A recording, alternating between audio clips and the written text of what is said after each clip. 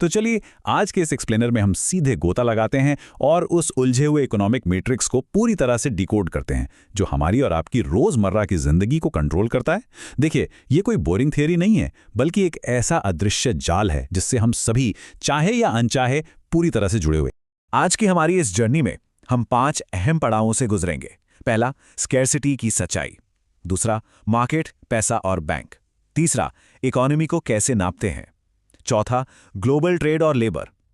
और आखिर में सबसे दिलचस्प, वेल्थ यानी दौलत की साइकोलॉजी। तो बिना किसी देरी के शुरू करते हैं।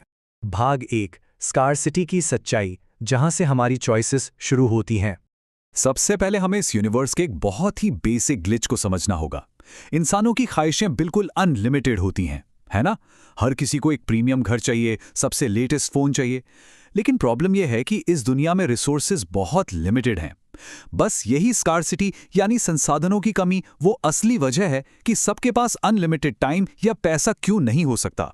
और यही कठोर सच्चाई हमें हर पल मुश्किल फैसले लेने पर मजबूर करती है। और यहीं से एंट्री होती है अपॉर्चुनिटी कॉस्ट की।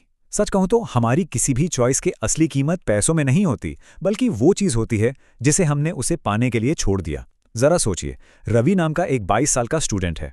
अगर वो अपने दिन के बचे हुए सिर्फ 3 खाली घंटे किसी वेब सीरीज को बिंज वॉच करने में लगा देता है, तो उसकी अपॉर्चुनिटी कॉस्ट क्या है? वो मार्क्स जो उसे अगले दिन के फाइनल एग्जाम में मिल सकते थे। अब ये एग्जाम्पल बहुत ही शानदार तरीके से समझाता है कि असल में दुनिया में ट्रेड क्यों होता है, जिसे हम कंपैरेटिव एडवांटेज कहते हैं। मान लीजिए अमित एक कॉर्पोरेट एम्प्लॉय है। वो अपने यूट्यूब चैनल की वीडियो एडिटिंग का काम रवि को आउटसोर्स कर देता है। अब ऐसा बिल्कुल नहीं है कि अमित खुद एडिट नहीं कर सकता। वो ऐसा इसलिए करता है ताकि वो अपने मेन बिजनेस पर फोकस करके अपनी इनकम बचा सके। जो काम कम अपॉर्चुनिटी कॉस्ट में हो सकता है, समझदारी उसी में है। आगे बढ़ते हैं भाग 2 की तरफ। मार्केट, पैसा और बैंक हमारी इकोनॉमी का असली इंजन। इंडिविजुअल चॉइसेस तो अपनी जगह, लेकिन एक बड़े लेवल पे ये एक ऐसा अदृश्य सिस्टम बनाता है जो पूरी तरह से इंसानी इंसेंटिव्स पर चलता है। इमेजिन कीजिए कि महाराष्ट्र में बेमौसम बारिश की एक आपदा ने प्याज की आधी फसल बर्बाद कर दी है। सप्लाई एकदम क्रैश हो गई है, लेकिन पूरे देश को अपने खाने में प्याज तो चाहिए ही। डिमांड वैसी की वैसी डेस्परेट है। ऐसे में मार्केट का वो पुराना बैलेंस टूटकर बिखर जाता है। नतीजा क्या होता है? 20 रुपए किलो वाला प्याज रॉकेट की तरह उछलकर सीधा 100 रुपए पर पहुंच जाता है। लेकिन रुकिए, ये 100 रुपए का प्राइस टैग असल में एक बहुत पावरफुल सिग्नल का काम करता है। इसे देखकर किसानों को समझ आता है कि इसमें बहुत फायदा है और अगले साल वो सब के सब सिर्फ प्याज उगाते हैं। फिर क्या होता है? मार्केट में प्याज की बाढ़ आ जाती है और दाम गिरकर वापस 10 रुपए पर आ जाते हैं। यह है सप्लाई और डिमांड का खेल। अब इस स्लाइड में सबसे दिलचस्प बात यह है कि इंसानों ने खुद को बार्टर सिस्टम के सिरदर्द से कैसे निकाला। सोचकर देखिए, एक लैपटॉप देकर किसी से दूध मांगना कितना अजीब और मुश्किल है। इसी प्रॉब्लम को सॉल्व करने के लिए पैसों का आविष्कार हुआ। पैसे की अपनी कोई वैल्यू नहीं होती, ये महज एक कागज का टुकड़ा है। ये सिर्फ और सिर्फ हमारे आपके ट्रस्ट यानी भरोसे पर काम करता है। और ये ट्रस्ट फ्रैक्शनल रिजर्व बैंकिंग जैसे मैट्रिक्स को भी चलाता है। आपको क्या लगता है, बैंक हमारा पैसा तिजोरियों में बंद रखते हैं? बिल्कुल नहीं।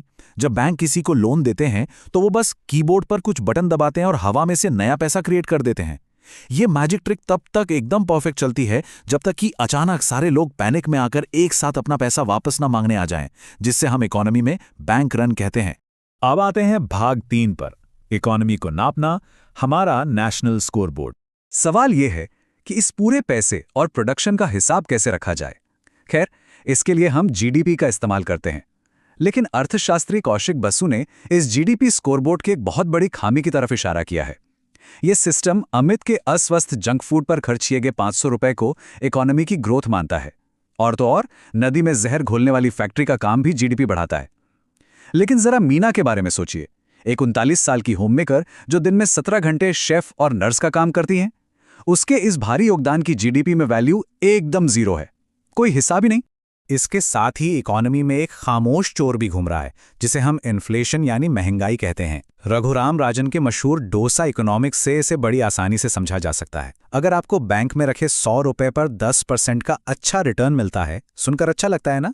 लेकिन अगर उसी दौरान एक 100 रुपए के डोसे की कीमत 12% बढ़कर 112 रुपए हो जाती है, तो वो 10% का रिटर्न पूरी तरह बेमतलब हो गया।